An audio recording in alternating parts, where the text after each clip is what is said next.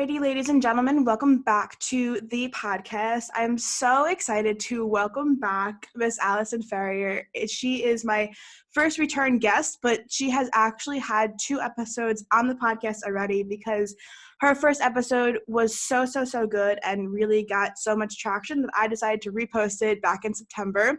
So if you go back to either episode 8 or 9 and episode 25, you'll be able to hear all about gratitude and how to really, sort of integrate a gratitude practice into your day. And I feel like right now that is so essential, but also some things that she's going to talk about today are even more essential. So Ms. Ferrier, welcome back to the podcast. Thank you, Sammi. I'm really excited to chat with you again. And I always feel such a good energy when we talk. So this is a great way to start my morning. Thank you for having me. Of course. So just for those who do not know you, just tell a little bit about yourself, what you do, and sort of, all that stuff. Okay. So I think I opened the last one with to use I forgot who coined this phrase, but I'm a spirit having a human experience. So we're all these beautiful spirits floating around and trying to spread some good light. And we need a lot of that, and particularly during this crazy period of time. But then the labels that I wear are mom to 3 kids, Samuel, who's 13, Lily, who is 8, and Emmeline, who is 5. And I'm a high school English teacher for over 24 years now, mostly teaching 10th grade and 12th grade. I'm also a certified yoga teacher as of a year and a half ago. So I've been trying to share some of that practice and open my mornings with that. I'm a wife, daughter, sister, aunt, all that fun stuff. Family is good. We're all surviving. And recently, I guess I could add the label of author, because my daughter and I, Lily, my second child, we published a book. We self-published, and it's called Lily the Ladybug Lifeguard. And so that's one exciting thing that's happened during this stay-at-home time. I had a little more time to just tidy up some loose ends on a project I'd been working on. So now it's available on all the big outlets out there, Amazon, Barnes and Noble. So super excited about that. And yeah, I feel like creativity is going to save us, being creative, being grateful during this crazy period of time. So that's a little bit about me. Yeah. And your book, everyone who, even if you don't have small children, like, go out and get it. I know mine is coming in on Wednesday, so I'm super excited about that. And literally when you posted on Facebook, it was like a kick in the butt for me. I was like, oh crap, she did this thing over quarantine. Now I got to do more things over quarantine and actually accomplish something. But no pressure, no comparisons, no judgment. We're being compassionate. And just to clarify, it was only the final touches that were finished over quarantine. So this is something that's, well, we wrote it's basically a poem, but about my daughter saving ladybugs from our pool when she was, 4 going on 5. So she's almost 9 now. So this has been, the poem. And then over the last year, I got set up with a beautiful illustrator, one of my colleagues' mother-in-law. So she had done all the artwork last summer. So it was really just making the PDF and getting files uploaded and, buying an ISBN number. So it was like the little smaller, like managerial stuff versus actually writing a book and illustrating it. So just to clarify, no expectations. It's just with a little bit more quiet time in the afternoons and evenings and no commuting. It had a little buffer of time to finish up some creative stuff. So I'm excited about that. And it's kind of telling for the time frame, because we all need to watch out for each other, be each other's lifeguards. And my hat goes off. I pray every day. I write in my gratitude journal for healthcare workers and essential workers, and that we have food and that we have people, looking out for the most vulnerable. So another reason to be grateful. Yeah, no, 100%. And I feel like you are someone who, really exemplifies like ways in which one can stay sane during this time. So like, what have been like your top, ways in which you've done that? Like, I know you just touched on gratitude and stuff like that, but like, what are other things that people can sort of integrate into their day? Just to, because this is such a crazy time right now. And, this episode will come out when it's still going on, unfortunately, but what are just some things that you've been doing? That's a great question. I feel like some days I'm a little better than others at at staying centered and calm.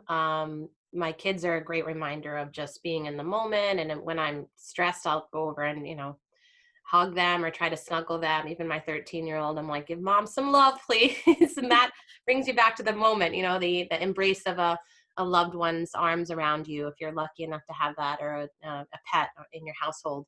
Yeah, I mean, in the spirit of being completely honest, I feel like I have a good day, and then the next day I have not so great of a day, where I'm like, okay, my accomplishment today is I get out of my pajamas and I baked some banana bread. So Yeah. it's Yeah. simple things. But on the good days when I'm feeling, like I got this, and I know we're gonna, again, you have to keep repeating, we're gonna get through this. This too shall pass has been such a great mantra that a doctor of mine introduced when I had been diagnosed with a autoimmune disease, and I had this issue with my eyes, and it's called Graves' disease. And she just kept saying, it's going to pass. This too shall pass. And it's a moment in time, and not to value what's going on and all the lives being lost. But in the bigger scope of things, we have to remember it is going to pass. So, little mantras are helpful.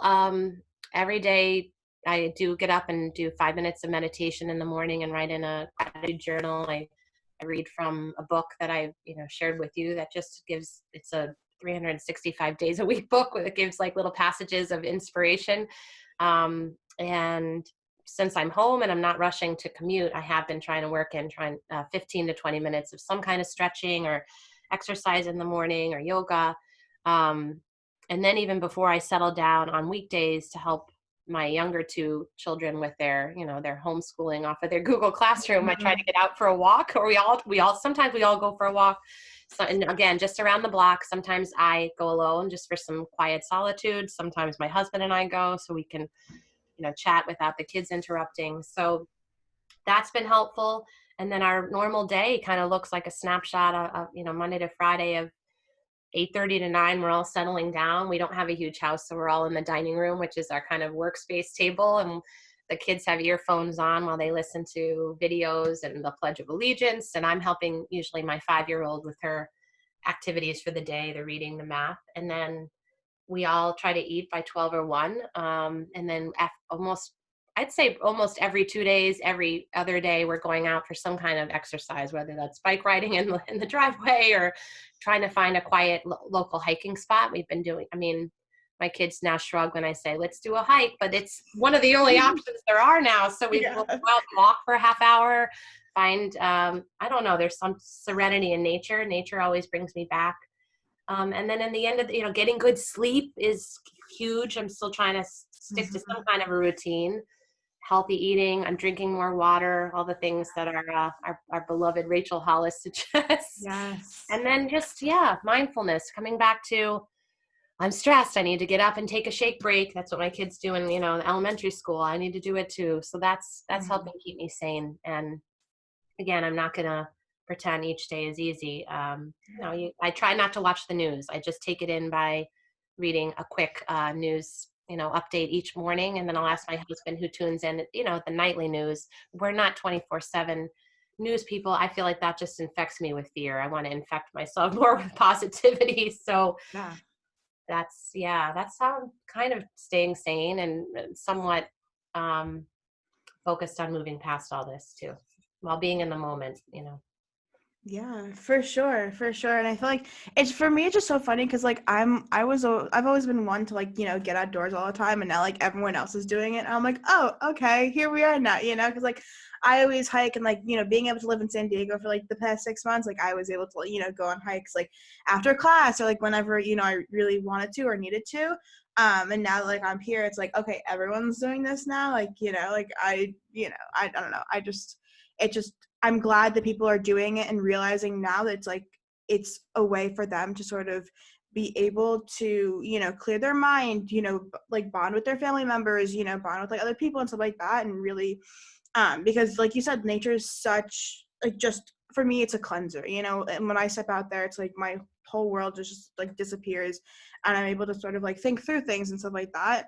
And so I'm glad that, everyone's sort of catching on now, with this extra time that they have. So you recently, this past year, started a mindfulness class at the high school. I have heard nothing about it yet, so talk to me about that, because when you told me about it last year, I was super excited / super mad that I was leaving.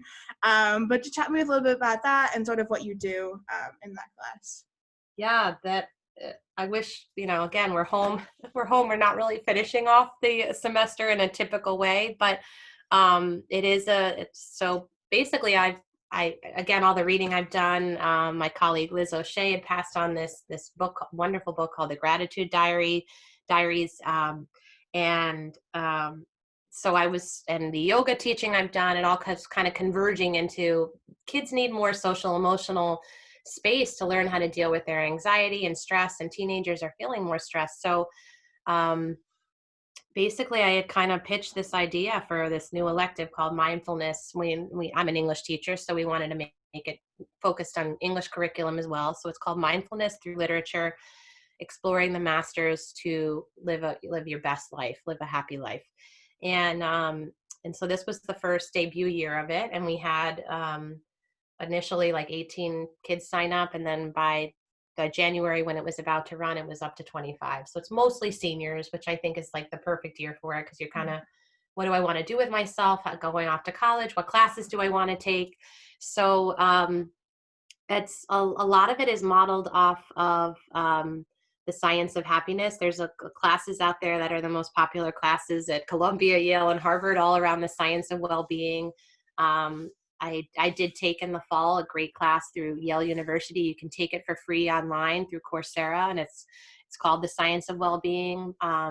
Dr. Laurie Santos is the professor at Yale who runs the class. So I had taken that class, and there's some similar motifs running through it. The first unit is on what do we define as real happiness and joy? Is there a difference? And then the second unit is on what is mindfulness, and we've just learned different strategies. And then the third unit is about gratitude and how gratefulness has been proven to help people have a happier life.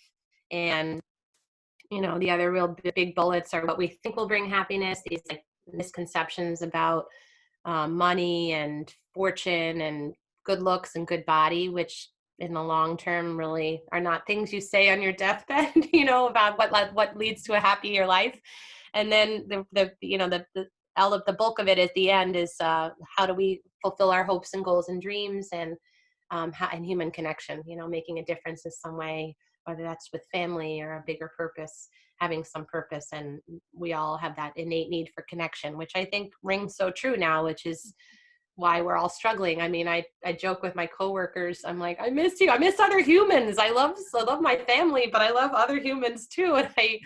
And as much as technology is fantastic, and we're so lucky to have this and what we're doing now on a podcast, I also find, and one of the units is about how getting out into nature, getting better sleep and exercise, and disconnecting from our tech is so essential. I mean, I'm finding in my everyday practice that I'm like, I can't do it anymore. I need to get off the tech. I can't do another Zoom meeting. I last Saturday, I think it was the first time in over a year, I texted my friends, I'm going to log off, and have my husband, I had to have him hide my cell phone. So I had him like literally hide it in the house somewhere. And it was just a joy to have one day without, oh my God, I've got to respond to this text, or I got this notification, or maybe I should check an email and see what students are, because again, I'm a teacher and we're still working and trying to connect with them. So I think that's the biggest takeaway, is the gratitude, the mindfulness strategies. And we open every day in the class when we were meeting in person, with like 5 minutes to settle in and just doing a mindfulness activity. And then they would journal on how that felt. Some of them are visualizations, some are just breathing exercises. And then at the end of class every day, we'd end with a quotation from, or reading from Journey to the Heart, the book that we love. And they do a gratitude journal. And so it's, and then the bulk of the learning happened in the other 40 minutes of the class. But just a good way to center yourself and come in from your last class and, notice how you're feeling and leave it behind and be present. And, strategies that so many spiritual teachers and religions already teach, that I'm hopefully, again, just giving kids strategies to minimize anxiety or feel what they're feeling without burying it or going off. And as we adults sometimes do, have a glass of wine, not the best way of dealing with our emotions. So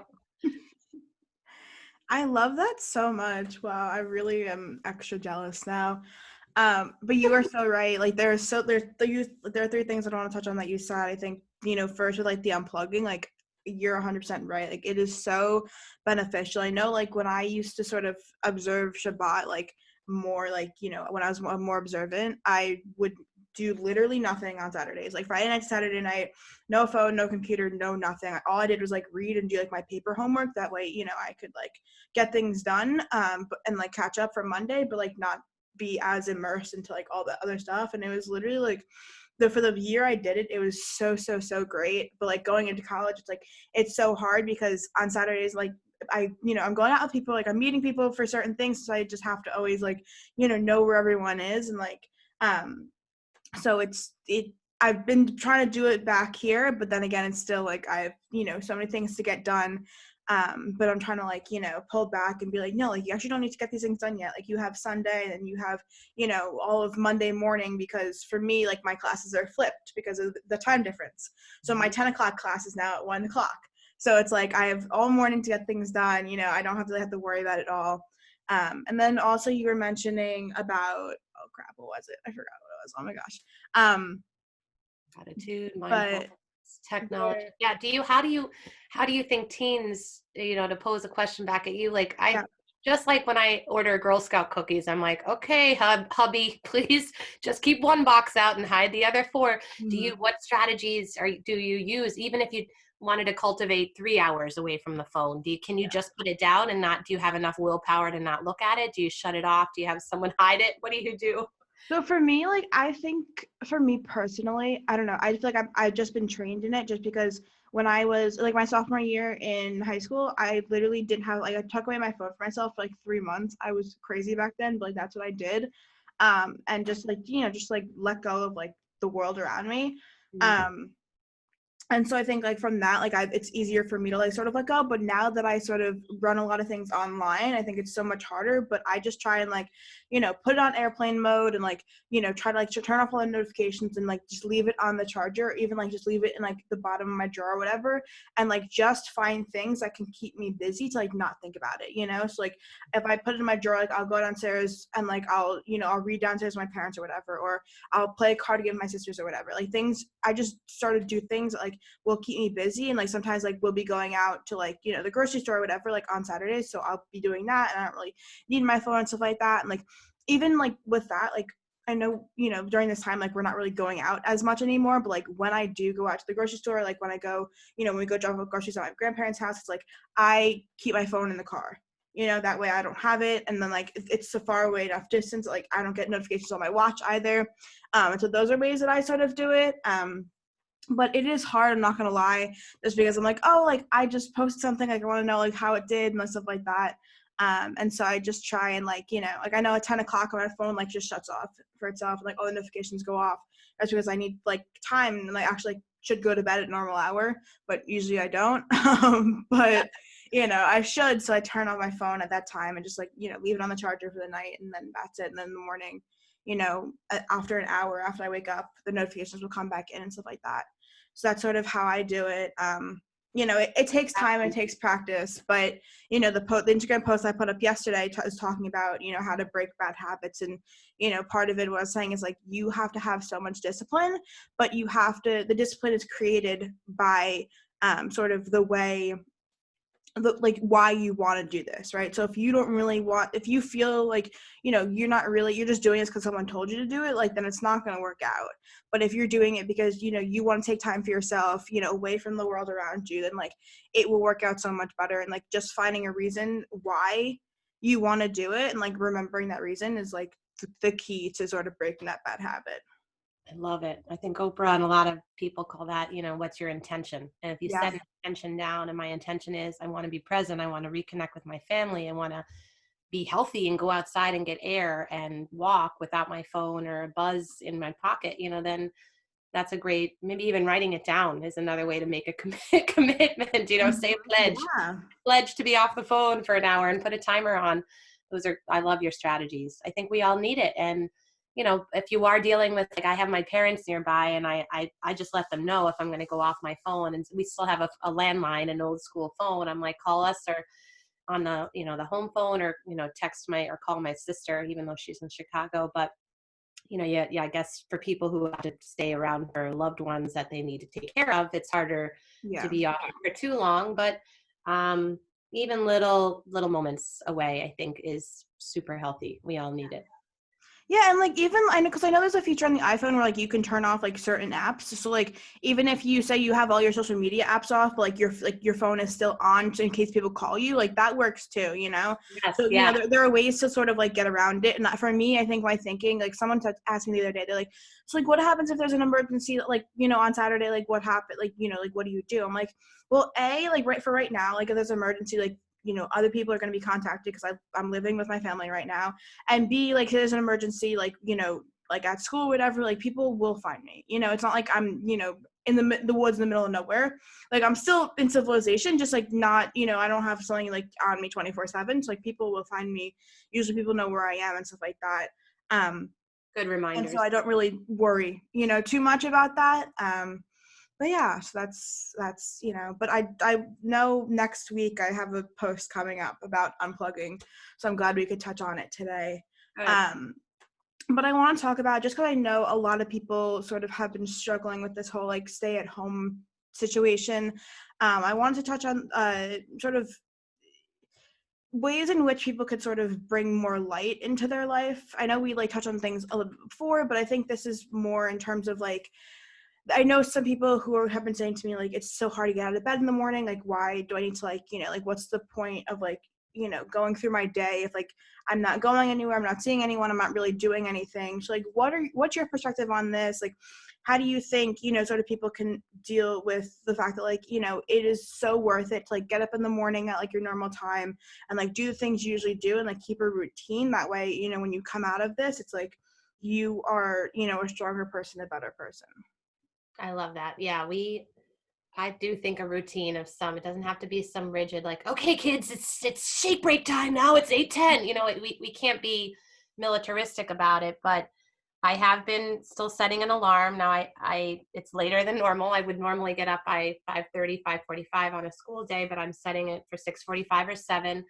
I usually am out of bed by 7:15, and then a little bit of me time. Moms need oxygen masks on ourselves first. So I've been doing, like I said, I go to the basement and the kids usually I'll have my coffee and they're not up yet. So that's when I do my me time, my meditation, or a little bit of stretching or yoga for 15 minutes, and then more coffee. And I've been also struggling with that, like beyond routine. And again, I usually the morning is working with the kids on their Google Classrooms, and then lunch, and then an outdoor activity. My cup is definitely a little bit less full when I need to do my teacher job of like posting assignments. So I've been really trying, just as a routine for that, if you're working from home, either to get up and do it between 7 and 8 after I've done a little meditation and I still have energy, and I try to post my assignments for the whole week for my students so they can see it and work at their own pace. And for me, that's less pressure of every morning having to get up and post or do something right at, before the kids start their own homeschooling. So that's helped.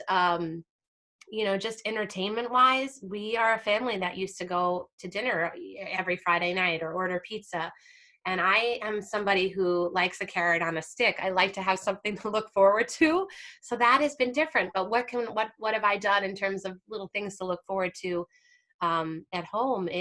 Simple things like, okay, we're all going to watch this great movie at 7. So let's get what we have to get done, and we'll tuck in by 6:30 or 7 after an early dinner, and we have the movie to look forward to. Or I really was craving just quiet time with my husband. So we brainstormed ideas, and we ordered sushi last Friday or Saturday, I forget which day. And my son is old enough to just stay home with the girls. He's 13. He'll babysit. It was 45 minutes out of the house. We ordered sushi.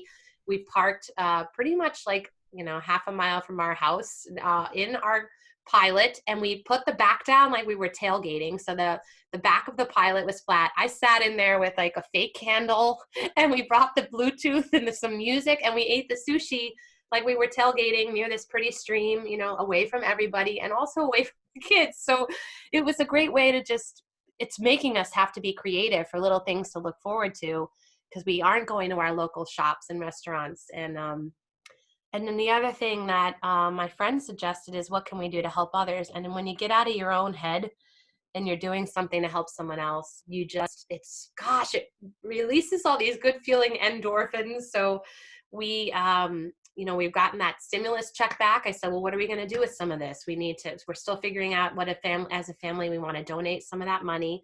And then me and, my friends and local moms, we decided, one of my mom's my friends her husband is a doctor, and he's working crazy hours locally and in a respiratory clinic for coronavirus. So he suggested, when my good friend Megan asked, why don't you buy lunch or breakfast for the local doctor's office, where all the receptionists and staff have been taking calls and directing people to where they need to go if they have regular sickness or coronavirus symptoms. And so my friend came up with this, and I love it. We implemented Thankful Thursday. So yesterday was the first day we sent breakfast to the doctor's office to feed the 10 of them. They're still going in every day. And next week we'll send lunch next Thursday. And it's just, I don't know, it's $75 each, once every 4 weeks, where we're kind of doing something. And we sent a lovely note, and we got this beautiful note back. So little things, buying gift cards. A lot of people are suggesting that for local businesses. There is something really addictive about doing some little tiny good thing, even if it's writing a gratitude letter to someone. I wrote my husband a gratitude letter. I'm in the process of writing a gratitude letter to my hairstylist, who my hair is shedding like crazy from like my autoimmune stuff and anxiety. So she is always someone who lifts me up when I get my hair cut, and I don't know, those little things are really helping me feel good, have little moments where I get a spark of, I'm looking forward to this, because I know we'll come out of it. And I have faith in that, and this too shall pass. But what can we do day to day? That's what I'm doing. I hope that helps other people in some way. Yeah, no, that's so good. And I feel like, I'm doing very similar things too, and just trying to, because for me, like, I pretty much lock myself in my room for the majority of the day, just to, because I'm working on school and working on my internships and doing all the things I need to do. And like, I need to actually get done, because I know if I go downstairs or whatever, like, there's going to be like distraction after distraction after distraction. So I know, but I know, like, if we get like a fun dinner or whatever, if like I'm planning on making dinner that night, like, it just, for me, I'm able to, like, look for, like, do my work in a more productive way. That way I'm like, okay, now it's 6:30 and I need to go make dinner, and like, even like for this morning, like, I knew I was recording with you, and I was like, okay, I actually have to get up at like 7 a.m. and like, I got up without no alarm at like 6:45, and I was like, wow, I haven't woken up this early in like months. I was like, this is insane. The energy of some little task that you're excited for really does motivate you. Yes. Yeah, for sure. I want to ask you this question. It's sort of like the controversy that's going around right now, because a lot of people are saying, like, quarantine's a great time for you to, like, get so much work done and like be really productive and like, like move forward and like all of like excel in like all of your goals and like dreams and aspirations. And then other people are saying, like, like, you don't have to do any of that. Like, you don't have to work, sort of quote unquote like as hard. And stuff like that. And like, you could just, like, if you accomplish just getting out of bed in the morning, like, that's, sort of enough for the day. And like, so what are your thoughts on that? Like, what's your take on that? Because I know I'm sort of like, in the middle a little bit, because I'm not like, one way or the other, but I am like, a lot of it is sort of feeding into me, and I'm trying to decipher, what I truly believe. That's a great question. I think, what yoga teaches is to honor where you are right now and have compassion for what you are able to accomplish in a 24-hour period. And I think we're similar, because there's a saying, like, I'm a human being, not a human doing. And I like to check, still making a to-do list for each day, even though in the past, every single day would be a new to-do list, and these are simple to-do lists, like, find a new place to hike, post my 10th grade assignment, and schedule a Zoom meeting for next Wednesday. But beyond those tasks, like my to-do list now, I just cross off Monday, the 13th of April, and I write Tuesday, the 14th. And so I have maybe one or two things I tick off of that list, but the list is, people are joking, this is kind of like Groundhog's Day, because every day is beyond, school days where students have to do some checking in on assignments. They're very similar. So how do you differentiate? Well, again, weekends, we are not on tech as much. We're not doing Google Classroom, but as I said, when we opened, there are days where I'm like, I got this, and I feel like this gust of energy, and I'm going to do a couple things. But then the next day, it's an accomplishment if I put on a bra, or I put on, like, I'm wearing earrings today for the first time beyond, like, I wear them once a week, even to put earrings in is a simple accomplishment. So being gentle with ourselves and honor the days you feel more energetic and can get more done, and honor the days where you kind of need to be, in dumps a little bit and sad. Like last night, just a quick reminder is one of the last few things I grabbed from my classroom before we left school on March 13th was I had a couple gratitude notes that I had students write each other, and then I didn't put my name in the mix. I had the whole class of seniors do it before our elective ended, our senior class ended. And then 3 or 4 took it on themselves to write me a little gratitude note on, like a 1/4-inch piece of paper. And I tucked that away in my book, and I reread that. I reread those 5 or 6 notes, and I started crying because you got to honor those things that you do miss about life. And I'm getting emotional, but I miss my students. I miss being in the classroom with them. I miss having a me, like the label of teacher, and driving to work and listening to a podcast. And you just got to know that's not the expectation anymore. Everything's going to look different. Those days where you feel energy, honor it and get some stuff done. And the next day, if you have a healthy meal and get 8 hours of sleep, that's an accomplishment too. And check in with family and, do whatever what you need to do that day to get through it and feel some sense of, I made it through, this too shall pass, and all will be well. It is well in this moment, all is well. And just being compassionate with ourselves, I think, is the biggest takeaway. Yeah, no, 100%, because like I was talking to Perch the other day, and I was saying, like, this is such a hard time for, seniors, both high school and college and stuff like that. And she told me, she's like, yeah, but like for you guys too, like it was your first year in college, like, and then it got cut short. And I was like, yeah, but it's not as sort of hard, because like I know I'm going back, and it is for, like, the seniors. Which is like, no, but like you still had things you're supposed to experience and things you're supposed to do, that all sort of like freshmen have done before and stuff like that. And I was like, you know what, like you're right, like sort of everyone, whether you're going back to work, eventually when this ends or not, like, or you're going back to wherever you were before, everyone sort of had things that were planning to do, and they had things that um they were expected that it would happen, and now it's not, and it's it's difficult on everyone. I know for me, it's like I'm not as brokenhearted for myself, but I am for like the seniors. I am for like this summer, like summer camps may not even run, and like my sister's, like her counseling and training summer, which is like was supposed to be this upcoming summer, or is going to be,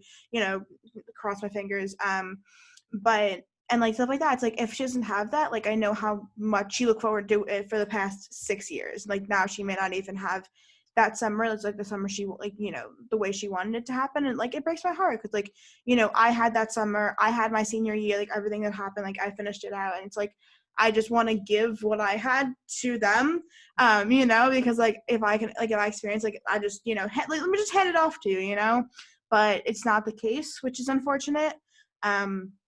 But I think that, people are getting really creative, like you said before, and they'll find ways in order to, sort of figure it out and make it special for those kids too. So I agree. It's hard. Two quick things that came to mind when you said that is our beloved Brene Brown. If you haven't read her or listened to any of her podcasts, she calls that comparative suffering. And we might say, well, I do feel sad for myself, but I shouldn't feel too sad, because seniors should feel more sad because they're missing blank, blank, blank. And it's true, but we can't, we have to honor, you're also feeling a sense of loss, and you're all mourning something. And that doesn't mean yours is no less justified to feel sad for feeling like you're missing something, or a routine or a dream or a hope that you planned. But to sound a little spiritual, just to keep in mind that we're all on the journeys we should be, and that in 5 years, and hopefully well beyond a vaccine for all this, we'll look back and say, I needed to be in that place at that time. And maybe me missing out on that opportunity created this intensity of wanting to do something else that took me on the path that I was supposed to be on, and that the road we're traveling is the road we're supposed to be on, as much as we are mourning things we're missing or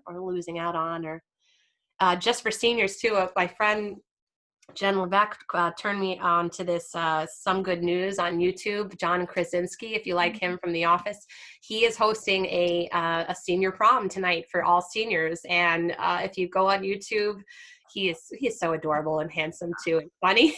So if you're not into that, or you don't follow him on Instagram, or go to YouTube and search it up. So seniors, get on some maybe your prom dress or your outfit you were going to wear, and there's a little like gathering happening tonight. I think it's at 7:00 Eastern, if anyone happens to hear this, or if you miss this because we're posting it a couple weeks down the line, go back and look at it and watch it. So for sure. Yeah, I don't know, people are getting creative with ways to honor the things that we're missing, so I love that too. Yeah, and Milet always says like, this is happening for you and not to you, and I feel like love that. You just got to keep reminding yourself of that, because it is true. And as much as it sucks, like there's a reason and a purpose for it, and so on a lighter note, I cannot finish a podcast episode without asking the final question, so we can see if your answer has changed or not since last year, right? But based off of the title of this podcast, what is one way that you have fashioned your passion that you could give to dreamers? Gosh, I don't even remember what I said the first time I answered that, but what I tell my students, and I guess what I've done too, is I sit in quiet sometimes, and in those little meditational moments, think of what are some hopes or dreams that I haven't fulfilled. And the last 2 years, my husband and I have made a practice on New Year's Eve to write intentions for the year. Again, stole that from Oprah. I love the word intention. And what that intention might be is, something more general, like I want to share some positive news, and then let the universe unfold. So maybe my positive news sharing became, 5 years later, the Ladybug Lifeguard book, where there's a girl rescuing ladybugs, and maybe just being open to whatever that passionate idea, where it comes from. And sometimes you're not even sure where it comes from. Elizabeth Gilbert, the writer, always says that sometimes creativity just finds a human form to land in, and you might be that human casing that a creative idea comes through. So being open to it, looking for little signs. I believe that there's no coincidences. There's little means of listening to our intuition that guide us toward something that will fulfill us now. And something that fulfilled me when I was 17, that becomes maybe a bigger, broader idea of something that fulfills me in my 30s or 40s. So the quietness, the stillness, listening to the little signs and intuitive ideas, maybe setting some intentions for the year of some short-term goals that will get you to a bigger passion of your life. And that's kind of how teaching landed in my lap, and teaching yoga, and all the other little beautiful blossomings of flowers in my life. It's just being open to it. And they're going to change. You might have a passion at 18 that is still at the heart very similar to something in your 20s or 30s, but being open to how that shifts and grows, and the journey we're traveling. Mm-hmm. No, 100%. That was beautiful. A great way to end the episode. Miss Ferrier, thank you so much for coming on again. It was truly, truly spectacular. For those who are listening, everything that Ferrier mentioned and the link to go purchase her book will be in the show notes as per usual. And Ferrier, thank you so much once again. I appreciate it.